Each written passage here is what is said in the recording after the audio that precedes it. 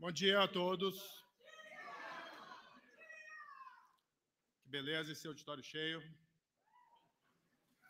Eu quero agradecer a todos vocês que vieram gentilmente, de longe ou de perto, para prestigiar esse evento. Aos filiados do Podemos, aos filiados de outros partidos políticos, aos senadores, deputados, prefeitos, vereadores, servidores públicos e cidadãos em geral, aos empresários e trabalhadores aqui presentes. Eu sei que muita gente veio de lugares distantes e com sacrifício.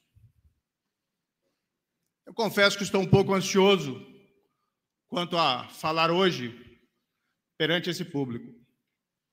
Eu não tenho uma carreira política e não sou treinado em discursos políticos. Alguns até dizem que não sou eloquente. E muita gente critica a minha voz.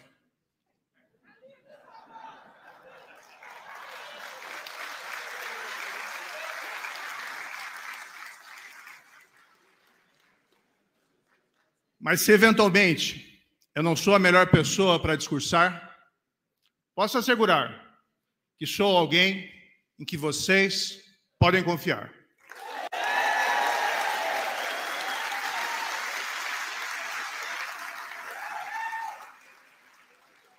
A vida pública me testou mais de uma vez, como juiz da Lava Jato e como ministro da Justiça. Vocês conhecem a minha história e sabem que tomei decisões difíceis, que nunca recuei de nenhum desafio, nem repudiei meus princípios para alimentar ambições pessoais. Por isso, eu peço hoje atenção às minhas palavras, muito mais do que à minha voz. O Brasil não precisa de líderes que tenham voz bonita. O Brasil precisa de líderes que ouçam a voz do povo brasileiro.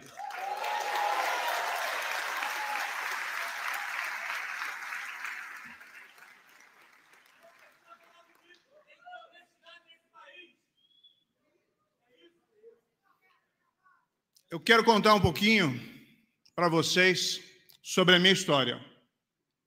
Eu nunca fui um político. Eu fui juiz por 22 anos e me dediquei a fazer justiça aplicando a lei. Meu propósito sempre foi de ser justo com todos. Julguei casos de pessoas necessitadas que procuravam a justiça por amparo assistencial. Depois, na área criminal, julguei processos de grandes traficantes de drogas, de ladrões de banco e também de pessoas que pagaram ou receberam suborno. Tudo para proteger as pessoas, as vítimas e o povo brasileiro. Fui juiz dos casos da Operação Lava Jato em Curitiba. Foi um momento histórico. Quebramos a impunidade da grande corrupção, de uma forma e com números sem precedentes. Julgamos e condenamos pessoas poderosas do mundo da política e dos negócios, que pela primeira vez pagaram por seus crimes. Mais de 4 bilhões de reais foram recuperados dos criminosos. E tem uns 10 bilhões previstos ainda para serem devolvidos. Isso nunca aconteceu antes no Brasil.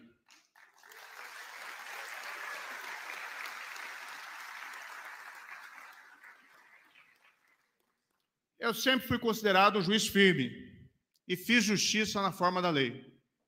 Na época, todos diziam que era impossível fazer isso, mas nós fizemos.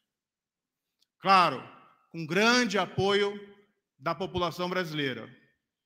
Eu, você, nós, todos juntos, mostramos que a lei se aplica para todos.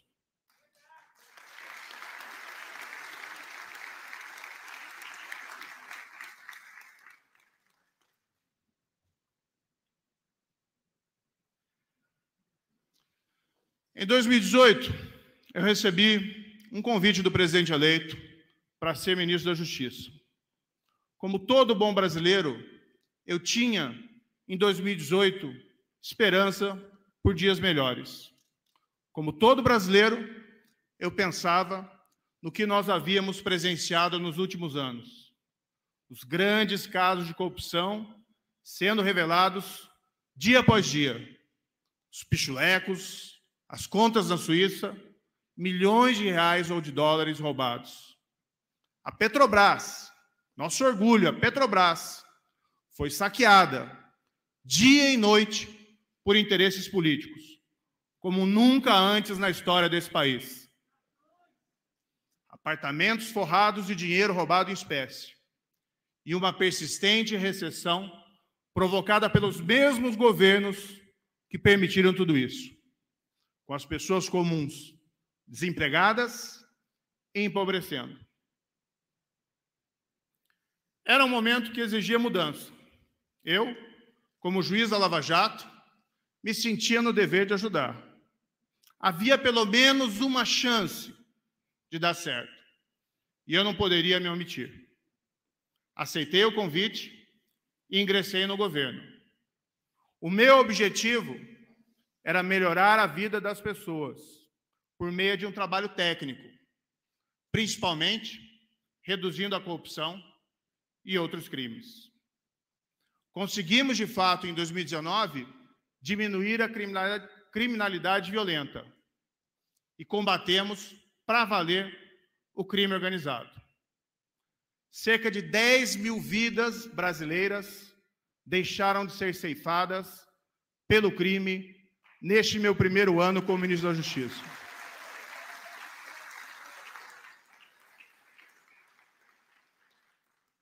Combatemos com afinco o crime organizado.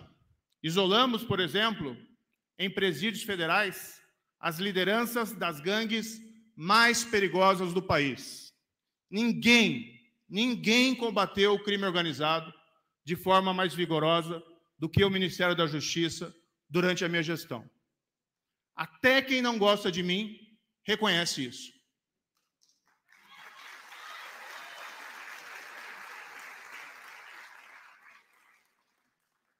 Disseram que reduzir os crimes no Brasil e combater o crime organizado era impossível, mas nós fizemos. O meu desejo era de continuar atuando como ministro, em favor dos brasileiros. Infelizmente, não pude prosseguir no governo. Quando aceitei o cargo, não fiz por poder ou prestígio. Eu acreditava em uma missão. Queria combater a corrupção, mas para isso eu precisava do apoio do governo. E esse apoio foi negado.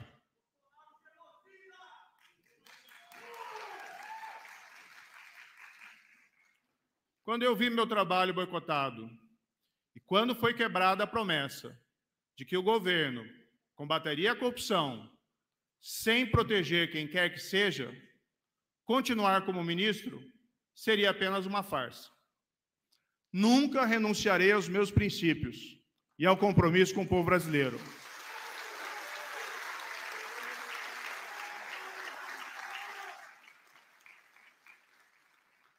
Não existe nenhum cargo que valha a alma de uma pessoa.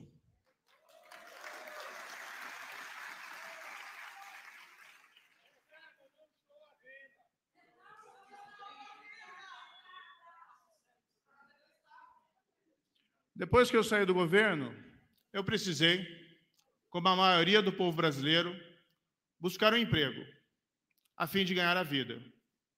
Eu precisava trabalhar. Nunca enriqueci como juiz ou como ministro. Tenho uma família para cuidar.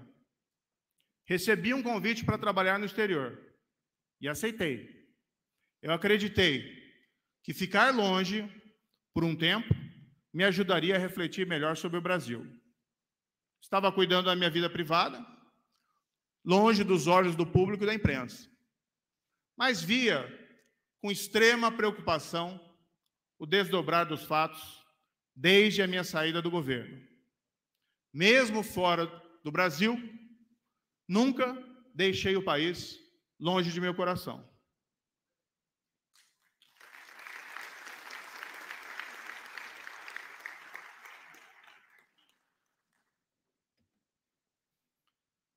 Estamos no final de uma pandemia que afligiu o mundo e só no Brasil deixou mais de 600 mil vítimas.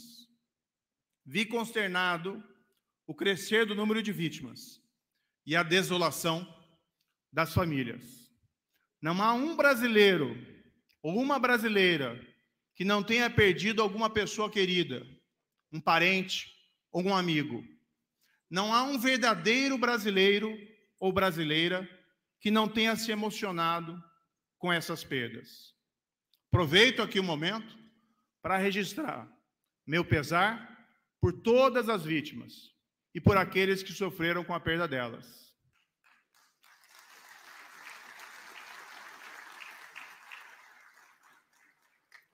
Aproveito também o momento para endereçar minhas homenagens aos médicos, enfermeiros e cientistas, que foram os verdadeiros heróis e colocaram muitos sua vida em risco para salvar a de outros.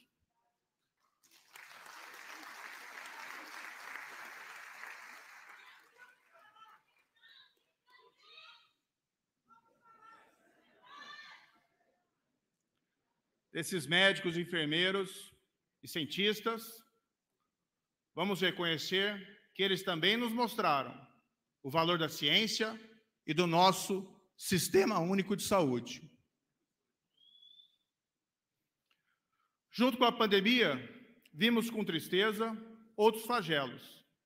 Escolas sem aulas por falta de estrutura, empregos e negócios sendo perdidos, mercados, padarias e restaurantes de portas fechadas, a pobreza e a fome sendo espalhadas, pais e mães com dificuldades para cuidar dos seus filhos, o jovem e o idoso esperançosos por conseguir um trabalho, encontrando ao revés o desemprego.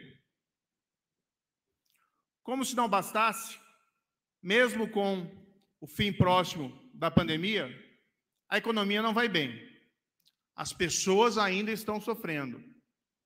Há brasileiros passando fome. E isso, eu tenho certeza, que dói no íntimo de cada um de nós. A inflação está muito alta.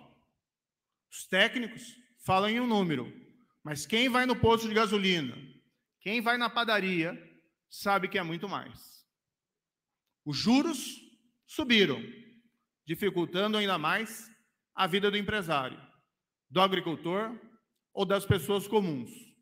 E os juros ainda vão subir mais neste governo. E isso vai tornar a vida das pessoas mais difícil. Não digo isso porque sou pessimista, mas é porque o país se encontra no rumo errado. Como exemplo, é só olhar o número elevado de pessoas desempregadas. E há quanto tempo essas coisas estão assim? Desde a época do governo do PT, o desemprego começou a crescer e não parou mais. São atualmente mais de 14 milhões de desempregados, sem contar aqueles que já desistiram de procurar emprego. E não vemos perspectivas próximas de melhorar. Ao mesmo tempo, os avanços no combate à corrupção perderam força. Foram aprovadas medidas que dificultam o trabalho da polícia, de juízes e de procuradores. É mentira dizer que acabou a corrupção, quando, na verdade, enfraqueceram as ferramentas para combatê-la.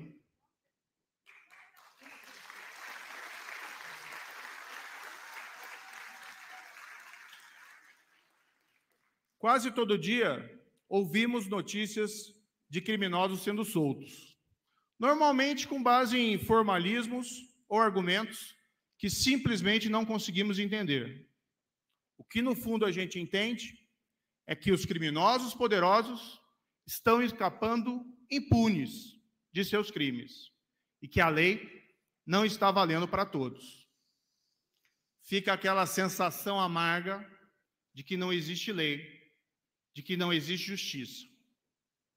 como se a Petrobras não tivesse sido saqueada, como se tudo o que foi feito não tivesse valido, e como se não tivessem importância as manifestações de milhões de brasileiros, vários aqui presentes, ou em suas casas, ou em seus trabalhos, que saíram às ruas em 2015 e 2016 protestando contra a corrupção.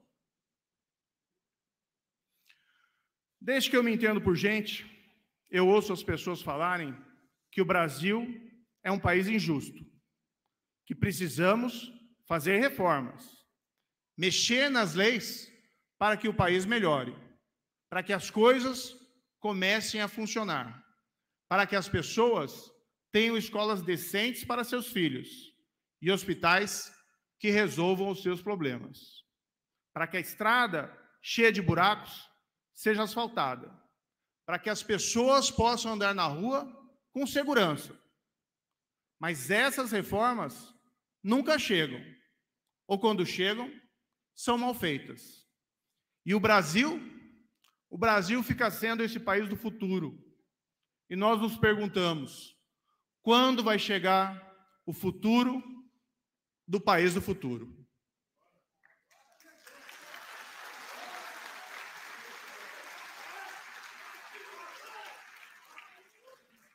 E ao olharmos para as reformas que estão sendo aprovadas, o que a gente percebe é que ninguém está pensando nas pessoas. Mesmo quando se quer uma coisa boa, como esse aumento do Auxílio Brasil ou do Bolsa Família, que são importantes para combater a pobreza, vem alguma coisa junto ruim, como calote de dívidas, furo no teto de gastos e o aumento de recursos para outras coisas que não são prioridade.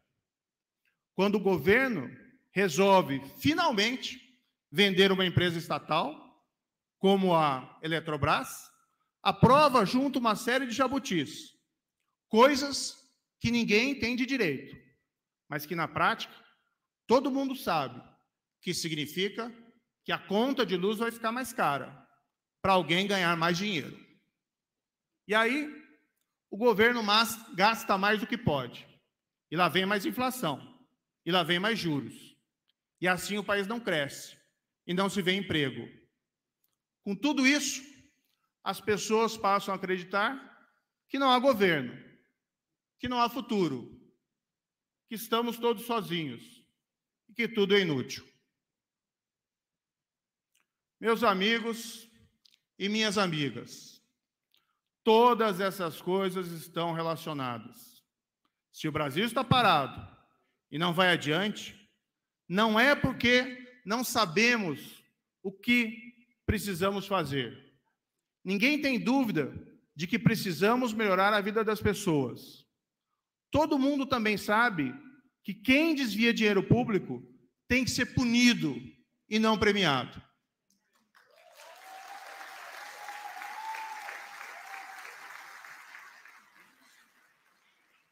Todo mundo sabe que o dinheiro desviado é o hospital e a escola sucateadas. O problema é que não conseguimos fazer o que sabemos que precisamos fazer, porque as estruturas do poder foram capturadas. Elas passaram a servir a si mesmas e já não servem o povo. Parte disso é corrupção, como a que vimos e nos assustou na Lava Jato.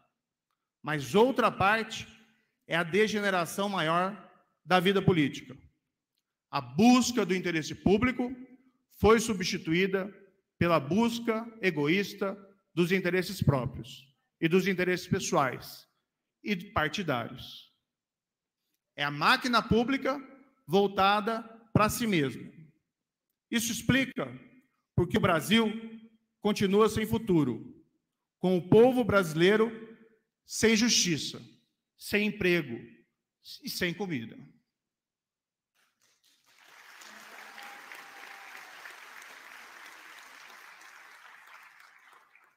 Eu sonhava que o sistema político iria se corrigir após a Lava Jato, que a corrupção passaria a ser coisa do passado e que o interesse da população seria colocado em primeiro lugar.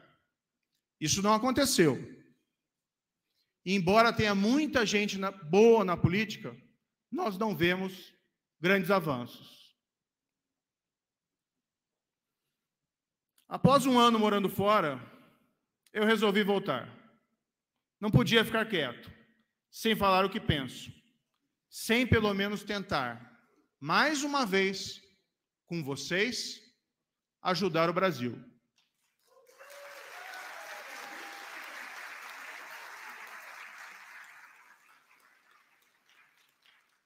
Então, resolvi fazer do jeito que me restava, entrando para a política, corrigindo isso de dentro para fora. A gota d'água para mim foi encontrar um estudante brasileiro no exterior, que me perguntou: Moro, é verdade que você abandonou o Brasil? Aquilo, confesso que me doeu.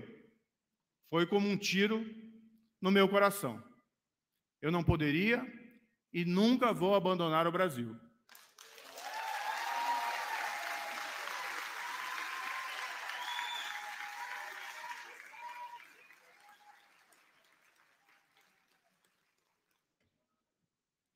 Se necessário, eu lutaria sozinho pelo Brasil e pela justiça. Seria Davi contra Golias. Mas ao ver esse auditório, tenho certeza que não estou sozinho.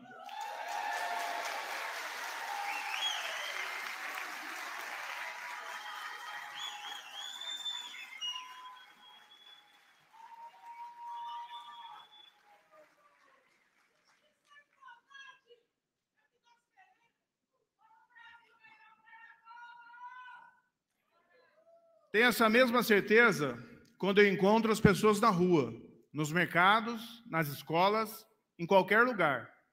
E elas estão com um sorriso no rosto. Me cumprimentam ou elogiam pelo trabalho realizado na Lava Jato ou como ministro da Justiça. Então eu voltei ao Brasil para ajudar a construir um projeto que é de muitos. Nenhuma pessoa pode ter um projeto só para si mesmo. Ninguém existe só para si mesmo. Para isso, resolvi entrar na vida política e filiar-me ao Podemos.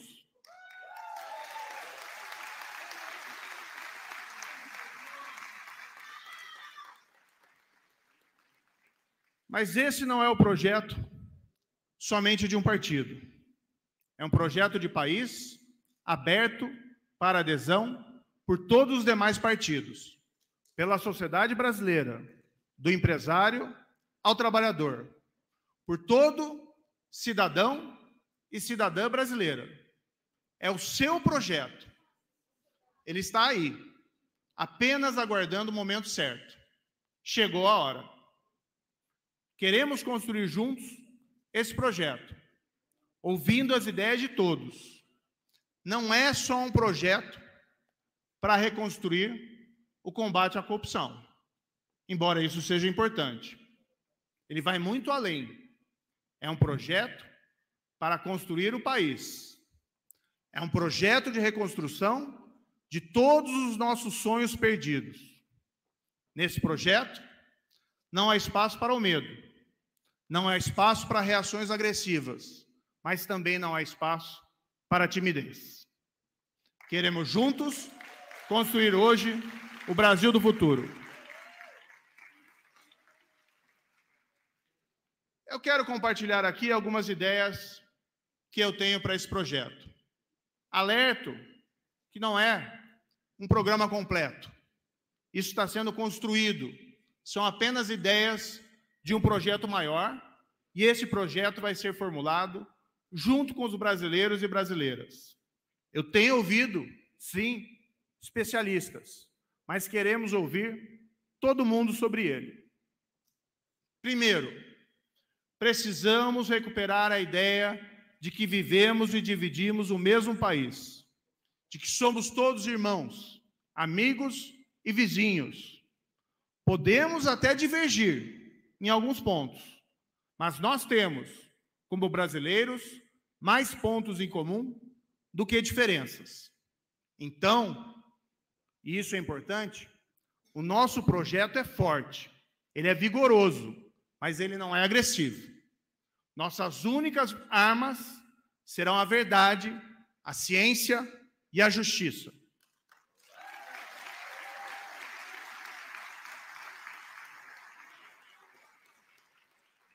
Como um grande líder já disse, trataremos a todos com caridade e sem malícia. Respeitaremos aqueles que gostam e aqueles que não gostam de nós. O Brasil é de todos os brasileiros. Nosso caminho jamais será o da mentira, das verdades alternativas, ou de fomentar divisões ou agressões de brasileiro contra brasileiro. Incluo aqui, nessa atitude de respeito e generosidade, a imprensa.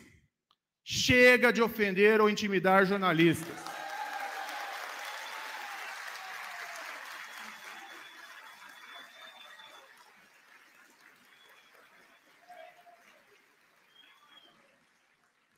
Os jornalistas são essenciais para o bom funcionamento da democracia e agem como vigilantes de malfeitos dos detentores de poder.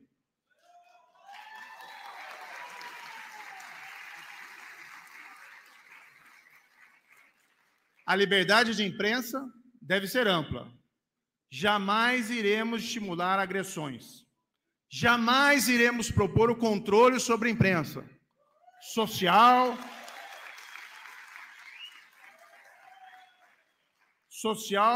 ou qualquer que seja o nome com que se queira disfarçar censura ou controle de conteúdo. Isso vale para mim e para qualquer pessoa que quiser me apoiar.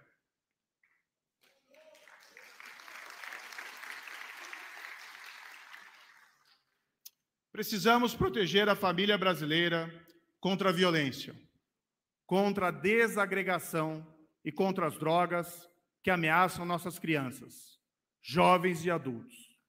Propomos incentivar a virtude e não o vício, uma sólida formação moral e cidadã.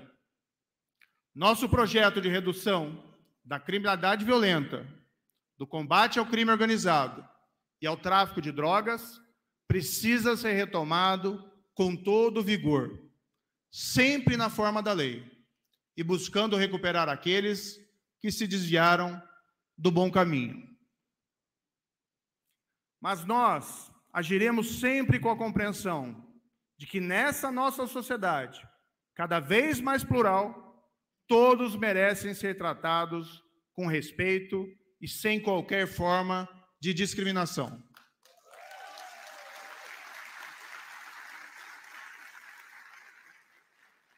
Precisamos de uma sociedade inclusiva, que acolha as diferenças, e precisamos também de uma sociedade que respeite todas as crenças e religiões.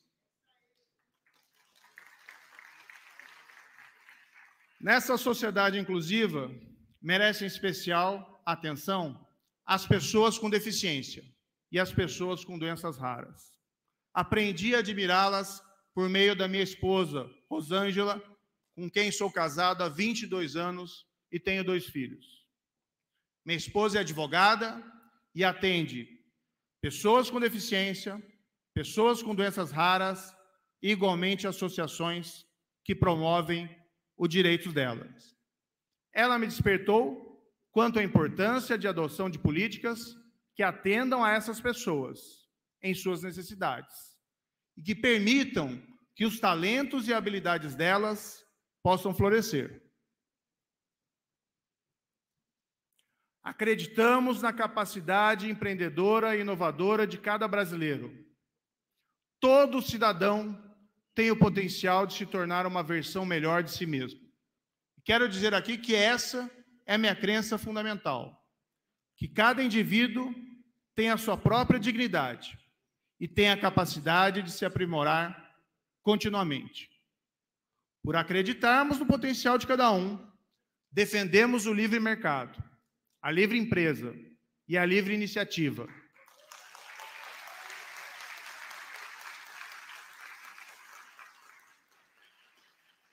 Tudo isso sem que o governo tenha que interferir em todos os aspectos das vidas das pessoas. Precisamos reformar nosso sistema confuso de impostos. Há quanto tempo nós falamos em fazer uma reforma tributária? Isso nunca é feito. Precisamos privatizar estatais ineficientes. Precisamos abrir e modernizar nossa economia, buscando mercados externos. O tempo é de inovação e não podemos ficar para trás nesse mundo cada vez mais dinâmico e competitivo. Mas nesse país que compartilhamos, o nosso senso de comunidade impede que adotemos um capitalismo cego, sem solidariedade ou compaixão. O nosso senso de justiça, os nossos valores cristãos, e que são compartilhados pelas outras religiões, exigem que as grandes desigualdades econômicas sejam superadas. Uma das prioridades do nosso projeto será erradicar a pobreza, acabar de vez com a miséria.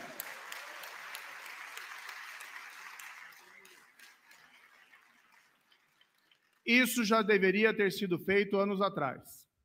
Para tanto, nós precisamos mais do que programas de transferência de renda, como o Bolsa Família ou o Auxílio Brasil. Precisamos identificar o que cada pessoa necessita para sair da pobreza. Isso, muitas vezes, pode ser uma coisa simples, uma vaga no ensino, um tratamento de saúde ou uma oportunidade de trabalho. As pessoas querem trabalhar e gerar o seu próprio sustento. Precisamos atender a essas carências com atenção específica. E como medida prioritária, sugerimos a primeira operação especial, a criação de uma força-tarefa de erradicação da pobreza, utilizando os servidores e especialistas das estruturas já existentes. Será uma força-tarefa permanente e atuará como uma agência independente, sem interesses eleitoreiros. A missão: erradicar a pobreza no país. Muita gente pensa que isso é impossível. Como diziam que era impossível combater a corrupção. Não é. E nem precisa destruir o teto de gastos ou a responsabilidade fiscal para fazê-lo. Nós podemos erradicar a pobreza. E esse é o maior desafio da nossa geração.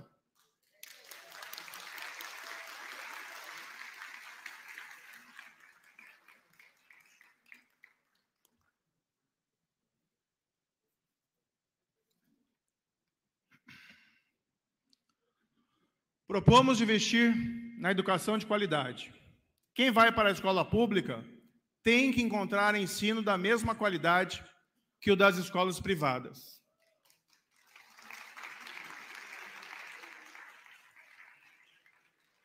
Eu cresci no interior, na querida Maringá, e frequentei tanto escola privada como escola pública. E na época, a qualidade de ensino era parecida. Então, nós podemos fazer com que isso seja realidade de novo. O futuro do Brasil depende do presente da educação pública e privada. Queremos trazer os pais para participarem mais da vida das escolas. Queremos incentivar a inovação e a dedicação dos professores, cobrar metas e desempenho, premiar os bons por mérito, sem procurar vilões. Queremos diversificar o ensino e tornar real em todo o país o que a lei já autoriza, que os alunos possam escolher parte das disciplinas e, fazendo isso, estudarem com maior motivação. Propomos expandir o ensino em período integral. Se isso é custoso e se for necessário escolher, vamos primeiro para os lugares mais carentes e depois expandimos. Precisamos de tecnologia e de internet nas escolas. É preciso abraçar essas políticas como se fossem um grande programa nacional de educação. Educação não pode ficar em segundo ou terceiro plano.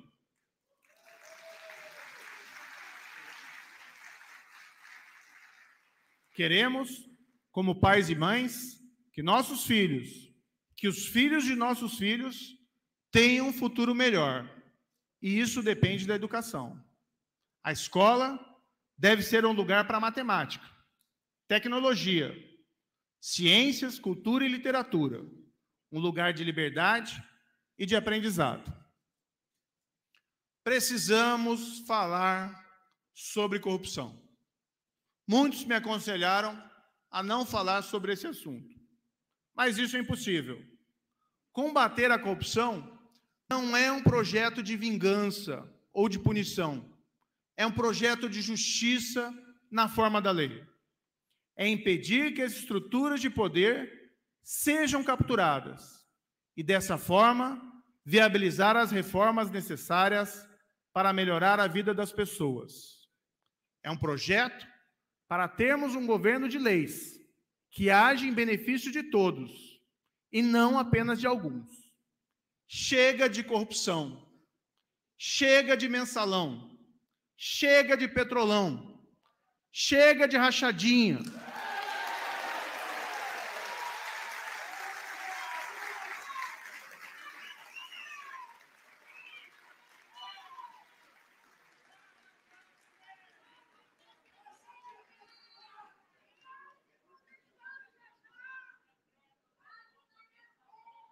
Chega de orçamento secreto.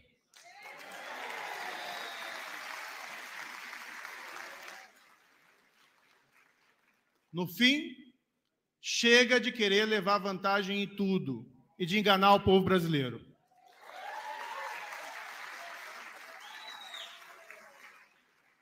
Propomos, sem mais delongas, aprovar a volta da execução da condenação criminal em segunda instância.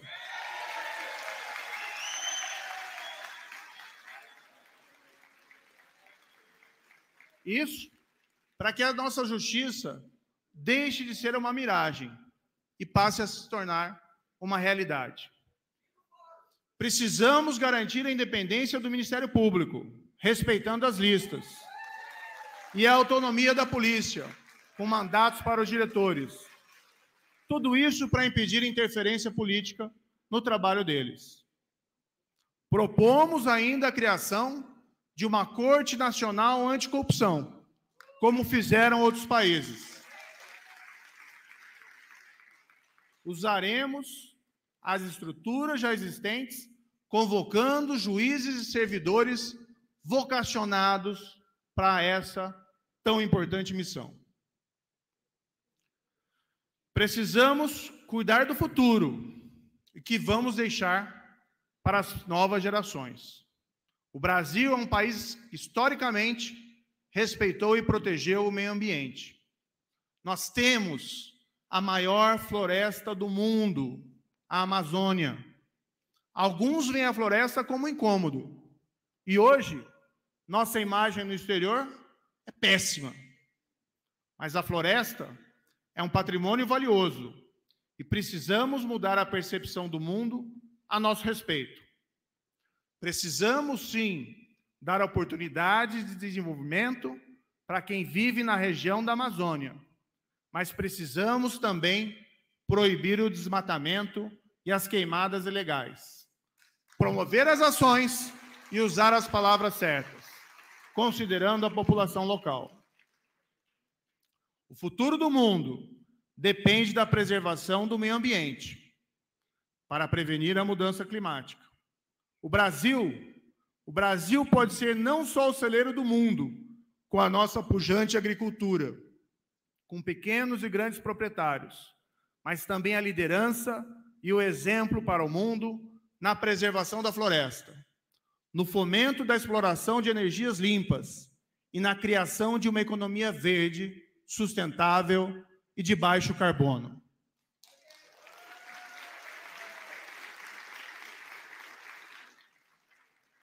Isso não é assunto só para Glasgow, isso é assunto para nós aqui hoje, todo dia.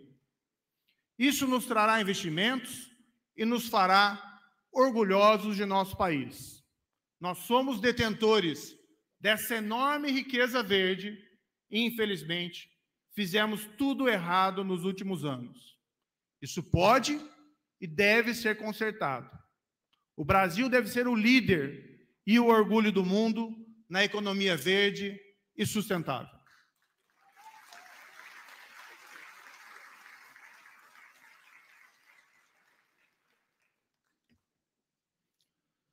Precisamos cuidar da defesa nacional e de nossa soberania. Vamos sim valorizar as Forças Armadas. O militar não é diferente dos outros.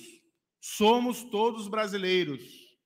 Devemos respeitá-las como instituição de Estado e jamais utilizá-las para promover ambições pessoais ou interesses eleitorais. As Forças Armadas pertencem aos brasileiros e não ao governo.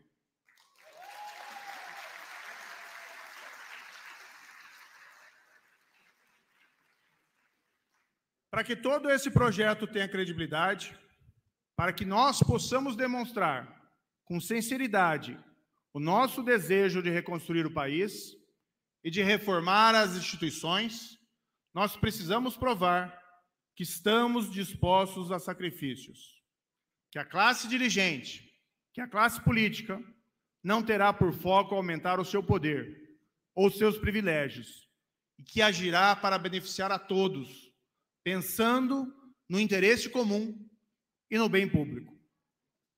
Para tanto, proponho, desde o início, a eliminação de 2 privilégios da classe dirigente. O fim do foro privilegiado.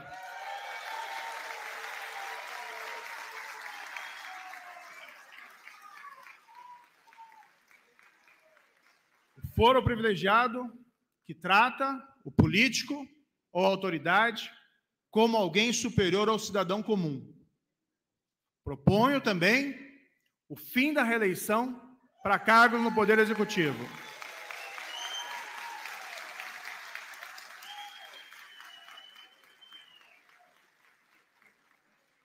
O foro privilegiado tem blindado políticos e autoridades da apuração de suas responsabilidades.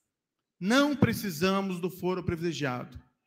Eu nunca precisei quando fui juiz ou quando fui ministro. E hoje, como cidadão comum, fico muito bem sem ele. O foro privilegiado não deve existir para ninguém e para nenhum cargo, nem para o presidente da República.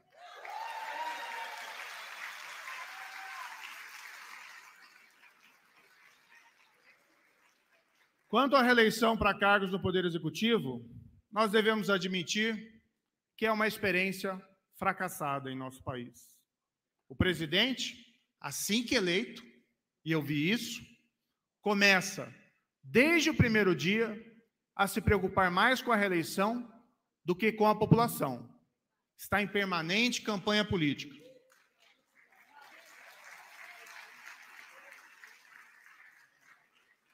A reeleição ainda tem o risco de gerar caudilhos, populistas ou ditadores, de esquerda ou de direita, pessoas que se iludem com seu poder e passam a ser uma ameaça às instituições e à democracia, seja por corrupção, seja por violência ou ameaça. Não devemos correr mais esse tipo de risco. Entendo que se nós, da classe política, cortarmos nossos privilégios, daremos um bom exemplo e conseguiremos a credibilidade necessária para a aprovação de outras reformas dirigidas a melhorar a vida das pessoas. Vamos gerar um ambiente de confiança. Vamos gerar um ciclo virtuoso em favor das reformas, fomentando investimentos, gerando empregos, recolocando o governo na trilha certa. O governo existe para ajudar as pessoas e não o contrário. O governo tem que estar a serviço das pessoas e não dos políticos.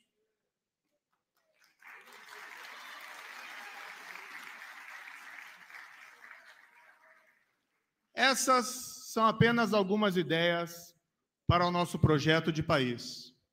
Nós queremos construí-lo com vocês aqui presentes, com a sociedade e com o povo brasileiro, podemos construir juntos um Brasil justo para todos. Esse não é um projeto pessoal, mas sim um projeto de país. Eu nunca tive ambições políticas e sempre quis só ajudar. Mas se para tanto for necessário assumir a liderança desse projeto, meu nome sempre estará à disposição.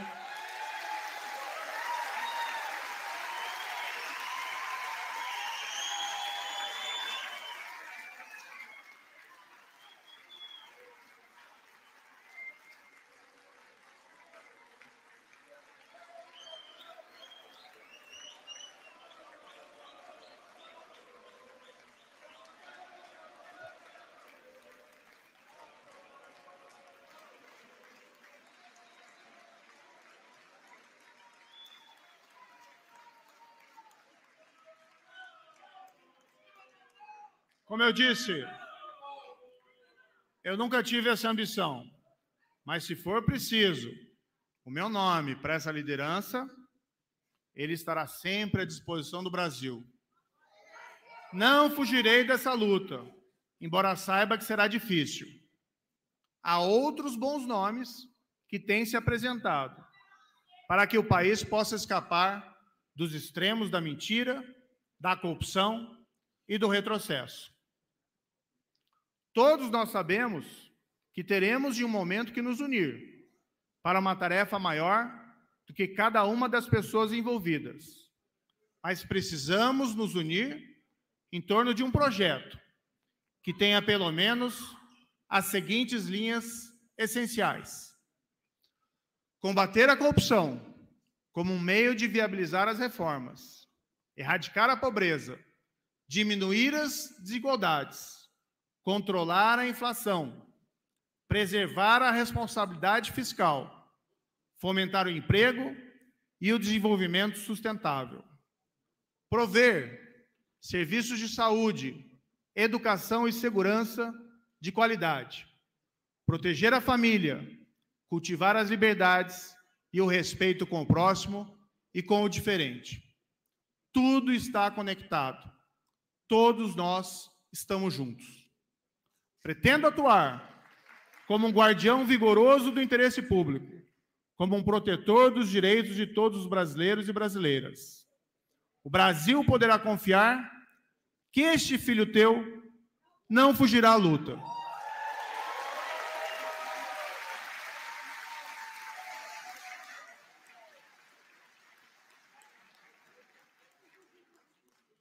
O Brasil poderá confiar que esse filho teu jamais deixará o seu interesse pessoal, ou o interesse de seus filhos, ou o interesse de sua família, ou dos seus amigos, ou do seu partido político, acima do interesse do povo brasileiro.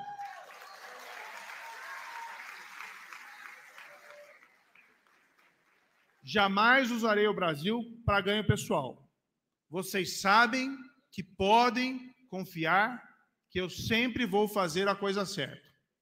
Ninguém irá roubar o futuro do povo brasileiro.